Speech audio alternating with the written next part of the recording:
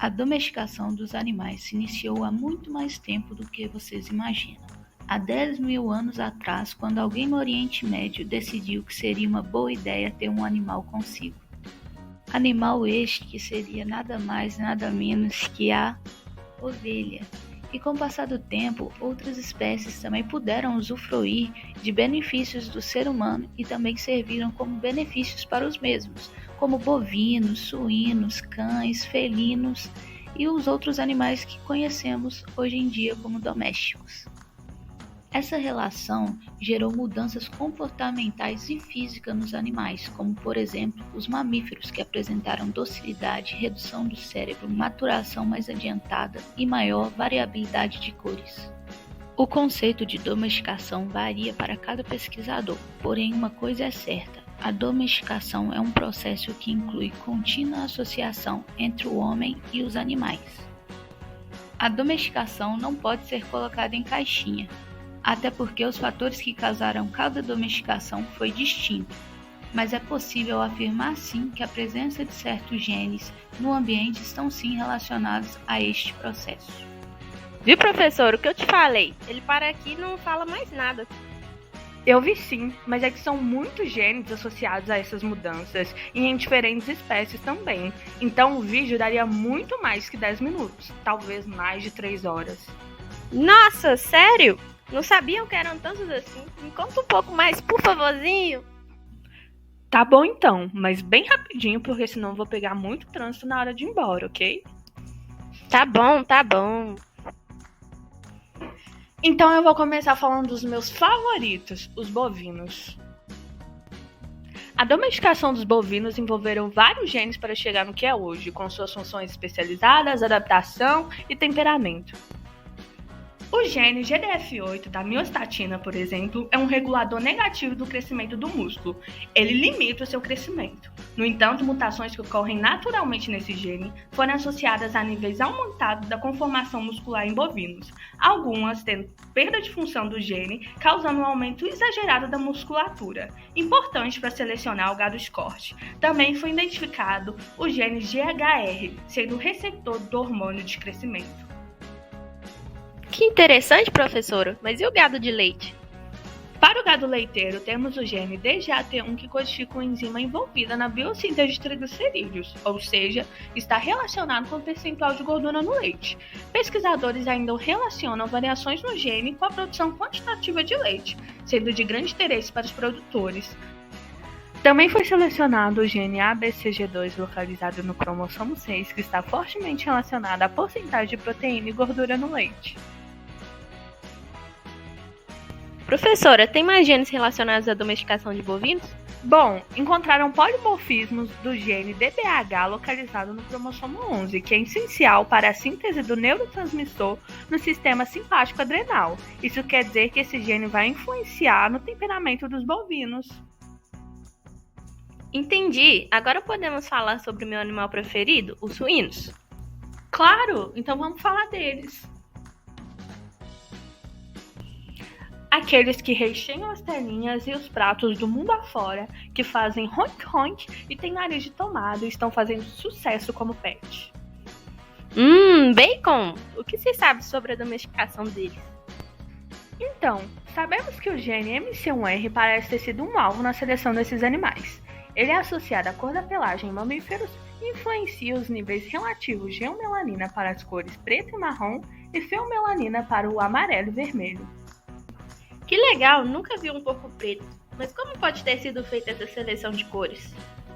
Na Ásia e na Europa parece ter havido uma seleção independente da cor da pelagem preta nos porcos, enquanto que para os porcos chineses a seleção para esse mesmo fenótipo foi forte, porque animais pretos eram usados preferencialmente em rituais de sacrifício durante o Neolítico, porque eram considerados sagrados.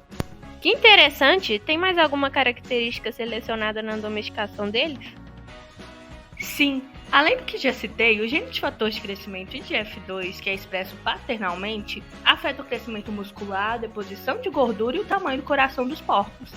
E os animais que herdam essa mutação de substituição de nucleotídeos desse gene têm um aumento de 3 vezes na expressão do RNA mensageiro de IGF-2 no músculo pós-natal. Pode ser que estejamos selecionando os animais portadores dessa mutação. Que chique! Mais bacon pra mim então. Olha, eu particularmente prefiro a carne branca, acho mais leve, como a carne de frango.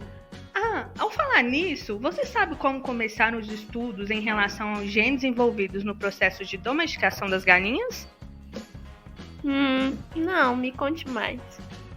Os pesquisadores sequenciaram genomas inteiros de 8 pus das galinhas com características específicas para serem analisadas.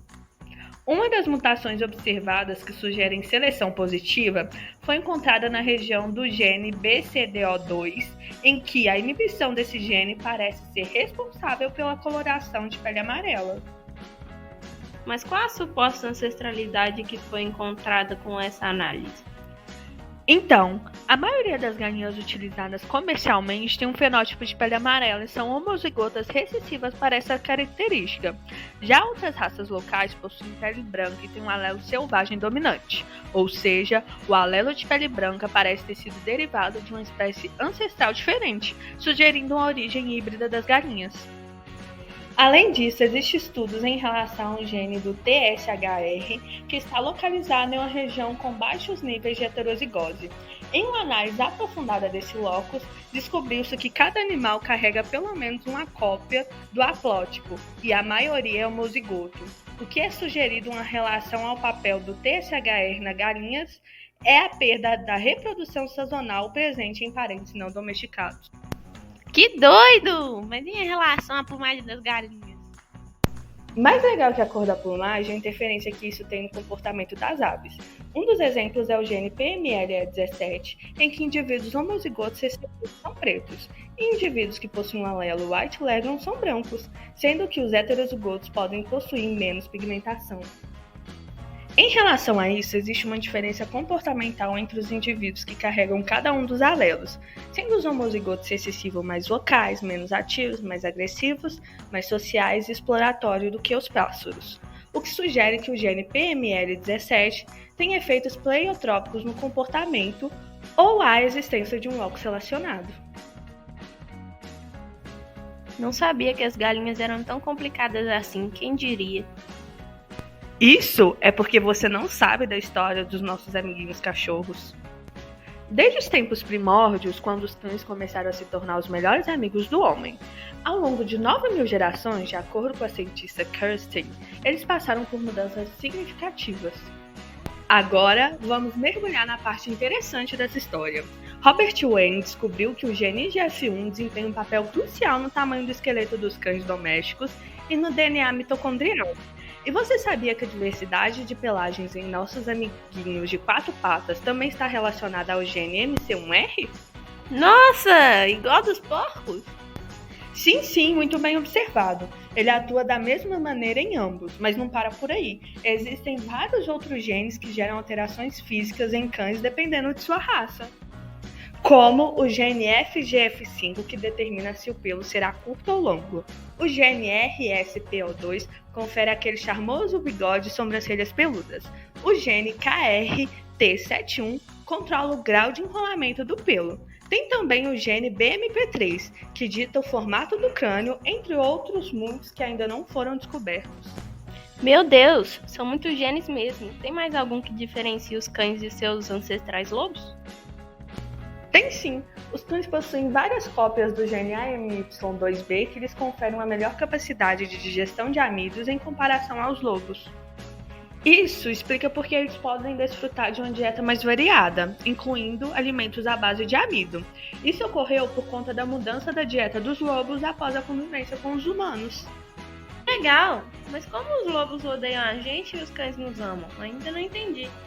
Então, a forte ligação emocional e comunicação entre cães e humanos estão relacionadas ao gene SE16L. Esse gene desempenha um papel importante na regulação da sociabilidade e do medo dos cães, permitindo que eles se conectem e interagem de maneira especial com seus donos, assim como o gene WBSCR17. Também existem outros relacionados ao comportamento do cão, como VVU12, que está relacionado ao comportamento dócil. o gene TH, que está envolvido na formação de dopamina, ditando a energia do animal, e o glutamato LC6A1, que está relacionado com atividades agressivas de diversas raças. Adorei, professora! Mas tem outro animal que tenho curiosidade de saber antes de ir. Pode me contar um pouco das ovelhas? Claro, vamos lá! Ainda hoje, no sudoeste da Ásia, habita uma raça conhecida como as ovelhas de Jacó, que recentemente contribuíram para a compreensão da história da domesticação das ovelhas. Acredita-se que as ovelhas domésticas se originaram da raça selvagem muflão na Ásia. Estudo com DNA mitocondrial não exclui essa possibilidade, mas demonstra que os ovinos domésticos podem ter duas linhagens distintas, uma com origem na Europa e outra na Ásia. E quanto aos genes, professor?